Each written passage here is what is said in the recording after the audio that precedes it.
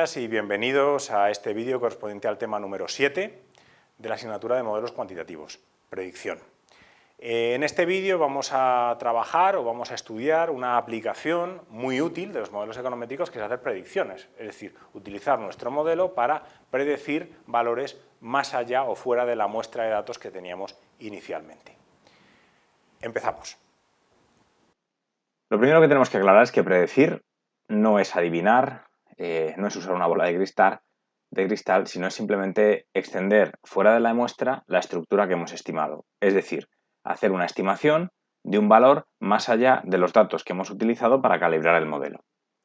En el caso de datos temporales, pues estaríamos a hablar de predecir el valor de la variable dependiente para un periodo futuro, y en el dato de corte transversal, pues estaríamos hablando de predecir el valor de la variable dependiente para un individuo que no está incluido en la muestra que hemos utilizado para calibrar el modelo. Las predicciones evidentemente contienen errores, es imposible hacer una predicción exacta. Aún así son útiles y son necesarias. Y hay distintas metodologías o distintos enfoques que podemos utilizar.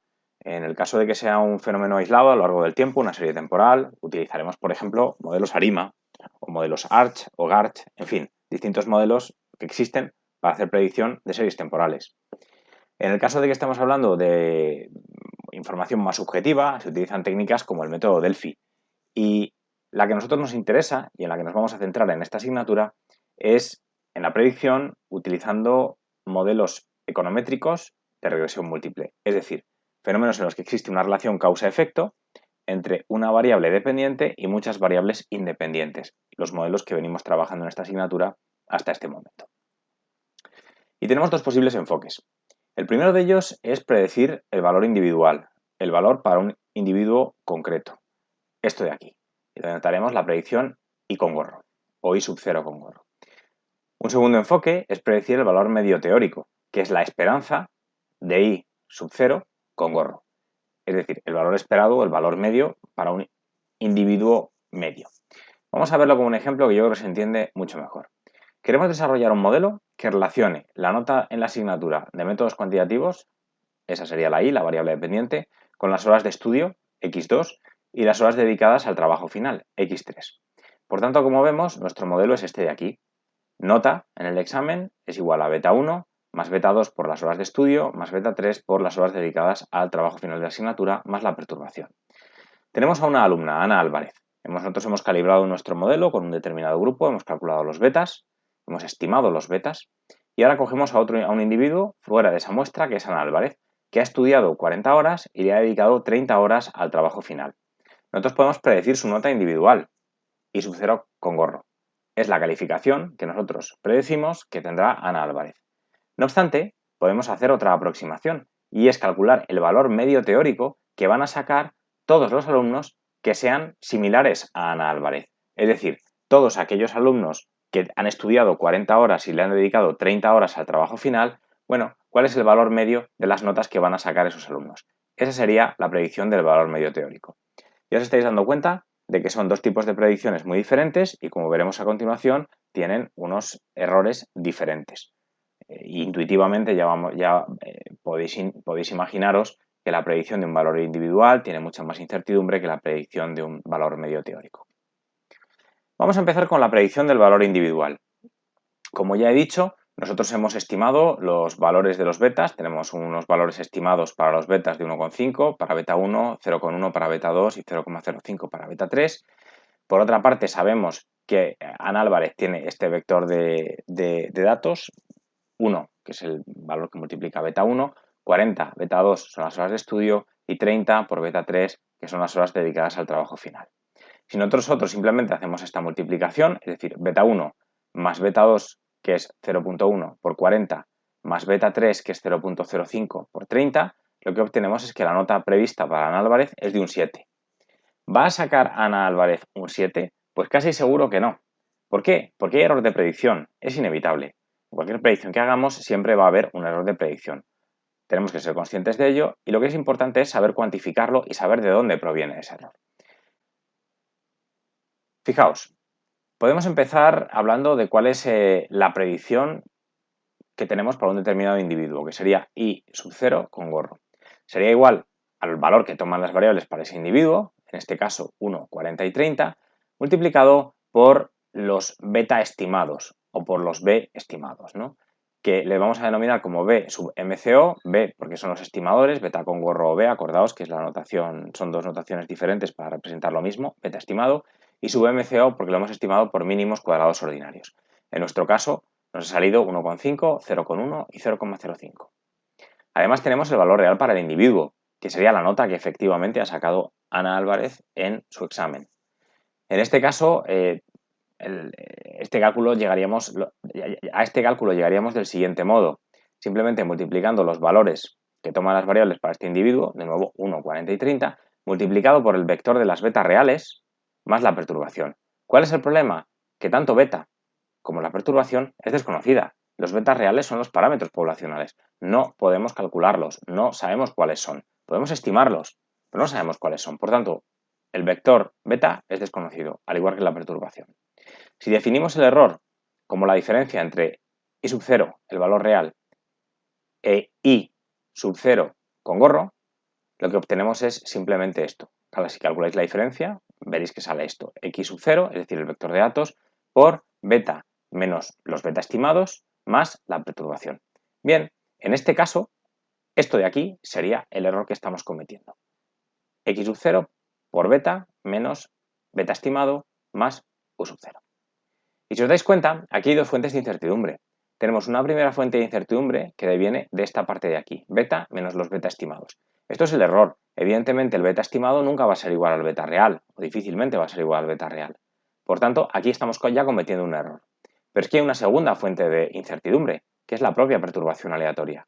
La propia perturbación aleatoria nos introduce un error en la estimación. Por tanto, el error que cometemos cuando hacemos predicción sobre un valor individual tiene dos componentes. Esta de aquí y esta de aquí. La incertidumbre en la estimación de las betas y la propia perturbación aleatoria. Tenemos que decir que cuando hacemos predicción sobre un valor puntual siempre debemos complementarlo con un intervalo de confianza. No basta decir mi estimación para la nota de Ana Álvarez es un 7. Lo normal, es decir, mi estimación para la nota de Ana Álvarez es un 7 dentro de este intervalo de confianza y daremos un límite inferior y un límite superior, exactamente igual que hacemos en la asignatura de estadística. En este caso, el intervalo de confianza se calcularía simplemente como la estimación puntual, que es esta de aquí, una t de student de n-k grados de libertad y la desviación típica del error de predicción, que sería este componente de aquí. ¿Cuál es la diferencia con la predicción del valor medio? Bueno, esto de aquí es como hemos calculado la predicción sobre un valor individual. Como ya he mencionado, dos fuentes de incertidumbre. ¿Cómo hacemos la predicción sobre el valor medio? Pues lo haríamos de manera parecida. El valor esperado estimado, con gorrito, la estimación, sería x sub 0 por los beta estimados. Mientras que el valor esperado real, medio, sería el vector de datos multiplicado por los beta reales. Y ojo, aquí nos ha desaparecido ya la perturbación. ¿Por qué? Porque el valor esperado de la perturbación aleatoria es 0. Por tanto, la esperanza de sub 0 es 0. Con lo cual, esta fuente de incertidumbre nos ha desaparecido. Si ahora calculamos el error como la diferencia entre el valor esperado medio y el valor esperado estimado, ¿qué es lo que tenemos? X sub 0, el vector de datos, por beta menos los beta estimados. Y aquí ya solo hay una única fuente de incertidumbre. Y esta es la conclusión más relevante de toda esta reflexión que hemos hecho hasta ahora. Mientras que cuando hacemos predicción sobre un valor individual tenemos dos fuentes de incertidumbre, cuando hacemos predicción sobre un valor medio tenemos una única fuente de incertidumbre. Como consecuencia, los intervalos de confianza para el valor medio van a ser mucho más estrechos que los intervalos de confianza para un valor individual. Y esto se ve muy bien en este gráfico, fijaos. En azul oscuro, esto de aquí, tenemos el intervalo de confianza para un valor individual. Dos fuentes de incertidumbre, un intervalo de confianza relativamente ancho. Sin embargo, para el intervalo de confianza para el valor medio, en azul clarito, es este de aquí, mucho más estrecho. ¿Por qué? Porque únicamente hay una fuente de incertidumbre. Por tanto, ya nos hemos dado cuenta de que cuando hagamos intervalos de confianza, los intervalos de confianza para el valor medio van a ser más estrechos que para el valor individual. Esto es importante que lo tengáis en cuenta porque de hecho en los ejercicios que tenéis en un vídeo de este tema, de ejercicios resueltos de exámenes de años anteriores, veréis que precisamente esta fue una pregunta que se hizo en un examen. Ver dos intervalos de confianza y decir por qué son distintos. Bueno, pues porque uno es el del valor medio y otro es el del valor individual. ¿Qué factores influyen en la precisión de las predicciones? Pues en primer lugar, la varianza de las perturbaciones aleatorias. Obvio, a mayor varianza, menor precisión. Nada que añadir. El tamaño muestral. A mayor tamaño muestral, mayor precisión. Esto también es obvio. Cuanto más grande sea mi muestra, mejor va a ser mi predicción. Variabilidad de las X, a más variabilidad, mayor precisión. Y distancia entre el valor que queremos predecir y el punto de medias de la muestra. Cuanto más lejos esté de la media, menor será la precisión. Mientras que los dos primeros son muy sencillos de entender, los dos últimos no tanto. Así que vamos a profundizar un poquito más y lo vamos a explicar con un par de ejemplos. Vamos con la tercera de estos factores, la variabilidad de los X. Hemos dicho que a más variabilidad de las X, mayor precisión. Y esto en principio puede sonarnos un poco extraño, pero imaginaos estas dos situaciones. Fijaos en el gráfico de la izquierda. La variabilidad de las X es relativamente pequeña, es decir, las X están todas comprimidas en este intervalo, desde aquí hasta aquí. La variabilidad de las X es relativamente pequeña. Vale, si yo quiero trazar una recta de mínimos cuadrados ordinarios, por aquí, ¿cómo podríamos dibujar esa recta? Bueno, pues yo podría por ejemplo, dibujar una recta así. ¿Sería ok? Sería ok, no tiene por qué no ser correcto. Pero, ¿tendría sentido que la pintase así? Pues podría ser también. ¿Y tendría sentido que la pintase así? Pues quizá también. Es decir, dado que las X están muy concentradas, tengo bastante incertidumbre sobre la pendiente que tengo que dibujar. No lo tengo muy claro. No sé exactamente cuál es la pendiente que tengo que dibujar. Eso me genera una incertidumbre y hace que mi modelo sea mucho menos preciso a la hora de hacer predicciones. Por el contrario, fijaos en el modelo de la derecha, en la parte de aquí. Tenemos un intervalo de las X, una variabilidad de las X enorme. Desde aquí hasta aquí. La variabilidad de las X es mucho mayor. Y en este caso no tenemos ninguna duda de cómo es la recta de regresión. La recta de regresión claramente es así. La incertidumbre que tenemos es mucho menor. Por tanto, cuanto más grande sea la variabilidad de las X, menos incertidumbre tengo sobre cómo tiene que ser la pendiente y por tanto voy a tener un mejor modelo y voy a ser capaz de hacer predicciones mucho mejores. Y el cuarto factor que veíamos era la distancia entre el valor que queremos predecir y el punto de medias de la muestra. Fijaos en este gráfico, estamos viendo, por ejemplo, como variable dependiente la presión sanguínea, la I, y como variable independiente la edad. Nosotros tenemos esta muestra que vemos aquí, todos estos puntos son los puntos de la muestra, y lo que hemos observado es que la edad media, en esta muestra en concreto que hemos utilizado, es de 40 años. Es decir, la edad media de los individuos es de 40 años. Tenemos nuestro intervalo de confianza en azul oscuro para el valor individual y nuestro intervalo de confianza en azul claro para el valor medio. Ahora tenemos a una persona que se llama Ana y que tiene 42 años. ¿Cuál es el intervalo de confianza para el valor de su presión sanguínea, el valor de su I? Pues este que vemos aquí en rojo. Este es el intervalo de confianza de Ana. ¿Y cuál es el intervalo de confianza para personas como Ana? Acordaos, predicción del valor medio. Pues este de aquí, mucho más estrechito. Pero ¿qué sucede ahora si yo cojo y quiero calcular el intervalo de confianza para Bernardo, que tiene 65 años? Fijaos, Bernardo tiene 65 años, por tanto está mucho más alejado de la media que Ana, porque Bernardo está por aquí. Al estar más alejado de la media, el intervalo de confianza es más ancho. Si os dais cuenta, estas líneas azules no son paralelas, tienen forma de reloj de arena. Ahora veremos por qué. Por tanto, el intervalo de confianza para Bernardo, esta línea en verde oscuro de aquí, es más ancho que el intervalo de confianza para Ana, rojo. Y del mismo modo, el intervalo de confianza para las personas como Bernardo, para el valor medio, verde claro, es más ancho que el intervalo de confianza para las personas como Ana, naranja. La razón es la que os estoy comentando. Si os dais cuenta, las líneas no son paralelas. Los intervalos de confianza se van abriendo como un reloj de arena. Por tanto, en esta zona de aquí, el intervalo de confianza, que es justo cerca de la media, el intervalo de confianza es más estrecho que por aquí. Al alejarnos de la media, el intervalo de confianza se hace cada vez más grande. Esta es la razón por la que decimos que cuando estamos estimando a un individuo muy lejos de la media muestral, vamos a tener una estimación peor, porque su intervalo de confianza va a ser más ancho. Y la razón es esa. los intervalos de confianza se abren como un reloj de arena. Y la pregunta que os estáis haciendo, bueno, ¿y por qué se abren como un reloj de arena los intervalos de confianza? La razón es esta. Fijaos, aquí tenemos una recta de regresión. La recta de regresión nos viene dada por una determinada pendiente. Bien, pero esa pendiente puede tener incertidumbre. ¿Qué ocurre si tengo incertidumbre en la pendiente? Pues que si varío un poquito hacia arriba o varío un poquito hacia abajo, ¿veis lo que está pasando? La incertidumbre aquí es relativamente pequeña, pero a medida que me alejo de la media, ¿cómo es la incertidumbre? Mucho mayor.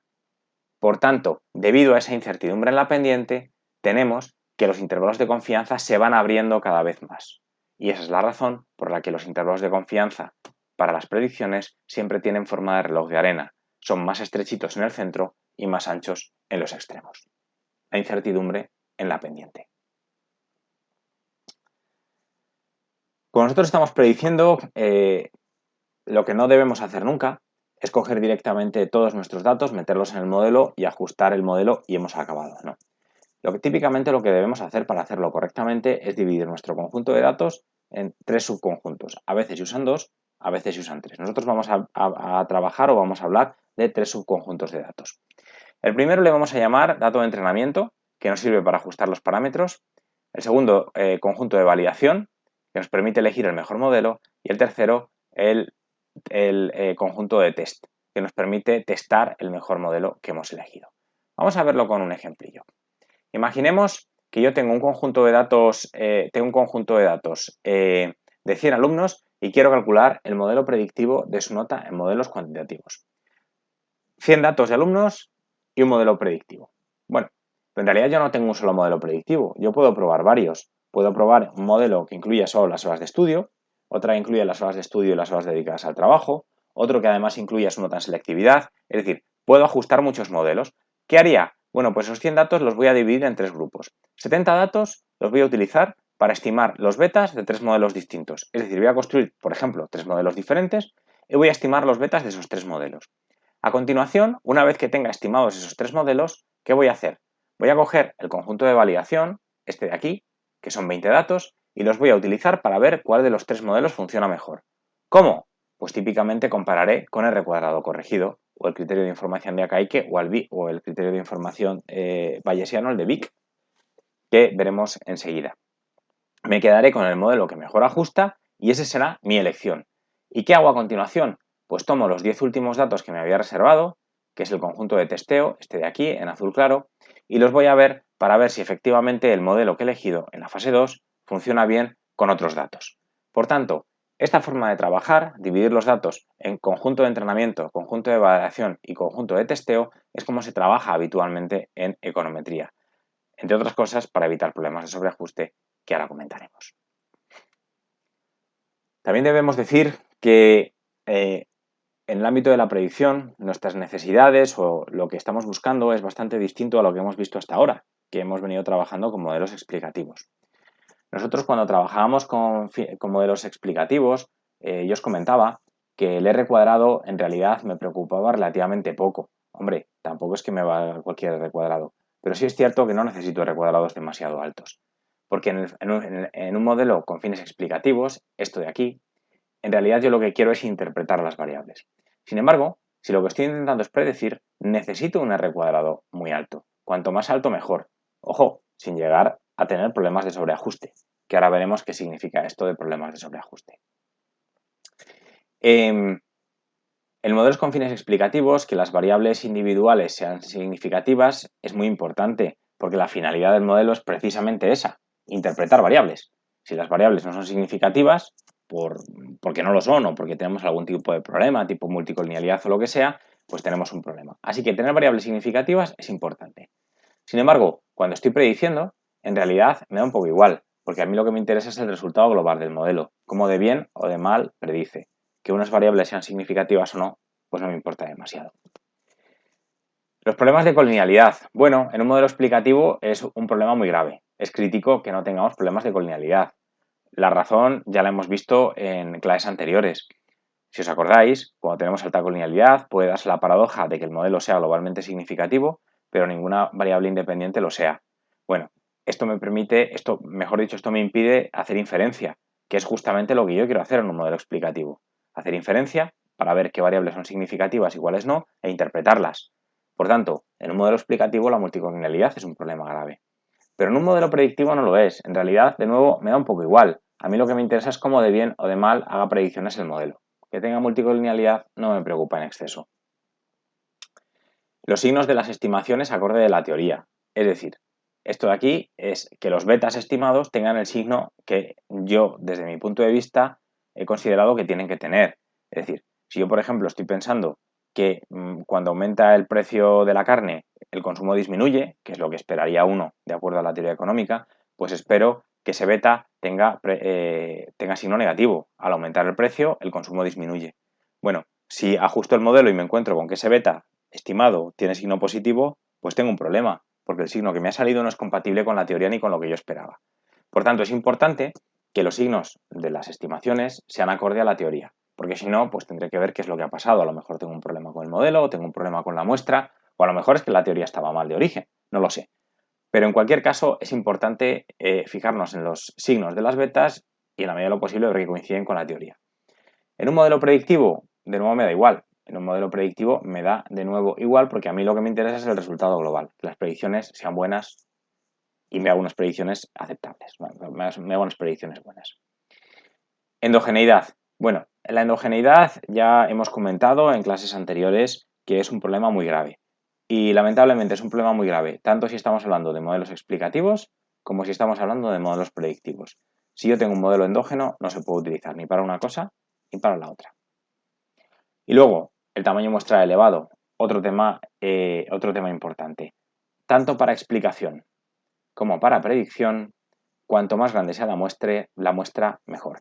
Yo lo que quiero son tamaños muestrales lo más grandes posibles, porque eso me mejora el modelo, tanto si lo voy a utilizar para explicar cosas, como si lo voy a explicar para predecir. Y retomo el tema del sobreajuste que he mencionado antes muy brevemente. Os he dicho, en modelos predictivos nos interesa que el R cuadrado sea lo más grande posible, siempre y cuando no tengamos un problema de sobreajuste. ¿Qué es esto del sobreajuste? Pues el problema de sobreajuste, o también conocido como overfitting, a veces no se traduce, es simplemente que estamos añadiendo tantas variables que este ajusta muy bien los datos de entrenamiento, pero muy mal los datos de validación. Vamos a verlo con un ejemplo. Fijaos, tenemos este conjunto de datos, y igual, y en función de x, una variable dependiente, y en función de una variable dependiente x. Tenemos este conjunto de datos. ¿Qué puedo hacer? Pues yo inicialmente puedo ajustar un modelo lineal del tipo y igual a beta 1 más beta 2 por x. Sería un modelo lineal. Bueno, tendríamos una recta de regresión como esta. Y sería una recta. Y solamente tendríamos dos betas, beta 1 y beta 2. Repito, y igual a beta 1 más beta 2 por x. Modelo lineal. ¿Este modelo es bueno? Obviamente no. Esto es un modelo con bajo ajuste. Este modelo no es adecuado. Necesitamos al menos una beta más. ¿Cómo construiríamos el modelo? Y igual a beta 1 más beta 2 por x más beta 3 por x cuadrado. Un modelo cuadrático con 3 betas y esto ya sí es un buen ajuste. Este modelo de aquí, con 3 betas, nos proporciona un ajuste bastante bueno. Pero imaginaos que yo sigo añadiendo variables, y añado variables, y añado variables, y añado más variables. ¿Qué es lo que va a suceder? Lo que va a suceder es esto. Voy a acabar con un modelo con 30 betas que está sobreajustado. Que está sobreajustado porque, fijaos, es muy gráfico y muy visual esta línea en morado. Lo que está pasando es que la recta el modelo que yo estoy ajustando, va dando oscilaciones casi de un dato a otro, sobreajustando ajustándose demasiado a las peculiaridades de ese conjunto de entrenamiento. ¿Qué va a suceder? Este modelo, como podéis ver intuitivamente, no es bueno. Porque de hecho lo que va a pasar es que para los datos de entrenamiento va a tener un comportamiento fantástico, para los datos de validación no. Y permitidme que os explique este gráfico. Aquí tenemos el error medio que está cometiendo nuestro modelo. Y aquí tenemos la complejidad del modelo. Para que nos entendamos, número de variables que le estoy metiendo. Aquí a la izquierda tendríamos una variable, 2 variables, 3 variables, 4 variables, 30 variables. ¿Qué sucede a medida que yo voy añadiendo variables? Pues fijaos, para el conjunto de datos de entrenamiento, que es la línea en azul, va disminuyendo el error medio cada vez más, cada vez más, cada vez más, cada vez más, y de hecho sigue disminuyendo permanentemente. ¿Por qué? Porque si yo meto más variables para el conjunto de entrenamiento, pues le viene fantástico. De hecho, en el límite que tuviéramos tantas variables como datos, pues tendríamos un ajuste perfecto absolutamente. ¿Qué sucede? Que a partir de cierto punto, que es por aquí, tenemos un problema de sobreajuste. Es decir, que si a partir de aquí yo sigo añadiendo variables, el error medio en los datos de entrenamiento me va a seguir bajando, asintóticamente y cada vez menos, pero va a seguir disminuyendo. Pero ojo, en el conjunto de validación, a partir de aquí, el error va a aumentar, no va a disminuir. A partir de esta región, tengo un modelo sobreajustado. He incluido demasiadas variables. Es decir, podemos definir de esta manera el sobreajuste como aquel punto tal que, al seguir incrementando la complejidad del modelo, si bien en los datos de entrenamiento el error medio sigue disminuyendo, para los datos de validación el error medio comienza a aumentar. Por tanto, de aquí para allá tenemos un modelo sobreajustado. Deberíamos quedarnos aquí.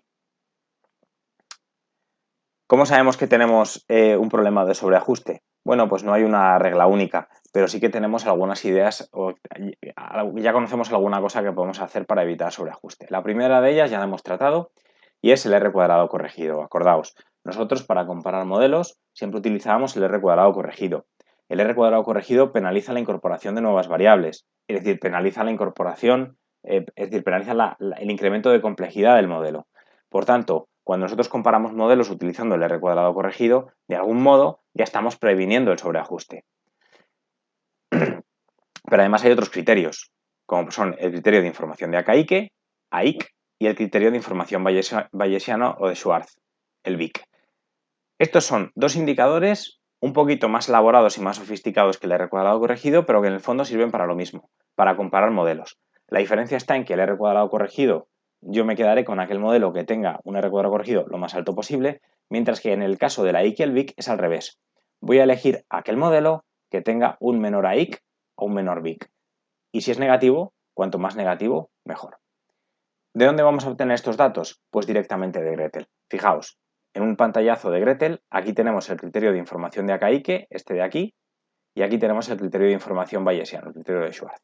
Bueno, si yo tengo dos modelos diferentes y quiero saber cuál es mejor, lo que voy a hacer es compararlos utilizando el R cuadrado corregido, me quedaré con el más alto, o voy a compararlos utilizando el AIC y el BIC, me quedaré con el que tenga el AIC y el BIC más bajo.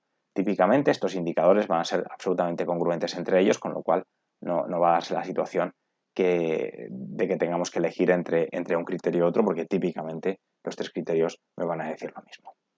Pues con esto finalizamos el vídeo correspondiente al tema número 7. Espero que os haya resultado interesante y sobre todo útil. Nos vemos en clase.